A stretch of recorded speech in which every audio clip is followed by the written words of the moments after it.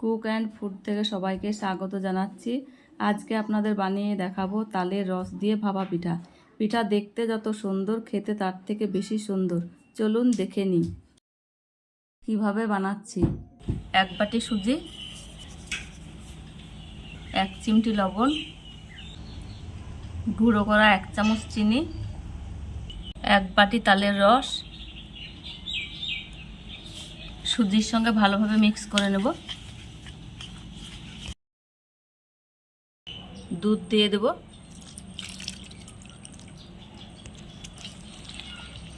দুধ দিয়ে ভালোভাবে মাখিয়ে নেব। দুধের পরিবর্তে জল দিয়েও মাখিয়ে নেওয়া যায়।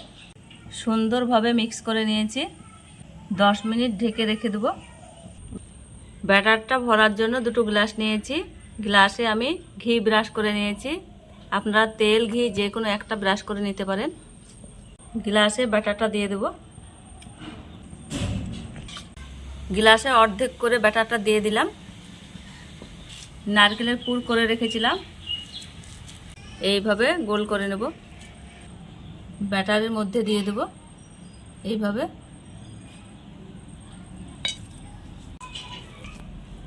এই গ্লাসও ওইভাবে দিয়ে দেব। আগে থেকে জল বসিয়ে দিয়েছি, গরম হয়ে গেছে। গ্লাসগুলো দিয়ে দেব।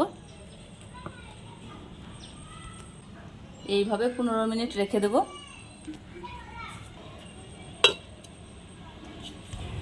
15 মিনিট হয়ে গেছে, ঢাকনাটা নামিয়ে নেব।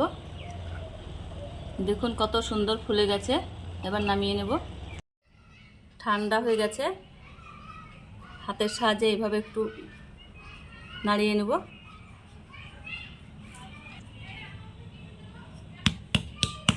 এইভাবে বাড়ি দিয়ে বের করে নেব। দেখুন কত সুন্দর হয়েছে। ভেতরে তেল, ঘি ব্রাশ করার জন্য এত সুন্দর হয়ে বের হয়ে আসছে। দেখুন কত সুন্দর হয়েছে। এবার কেটে নেব। এবার পিস পিস করে কেটে নেব।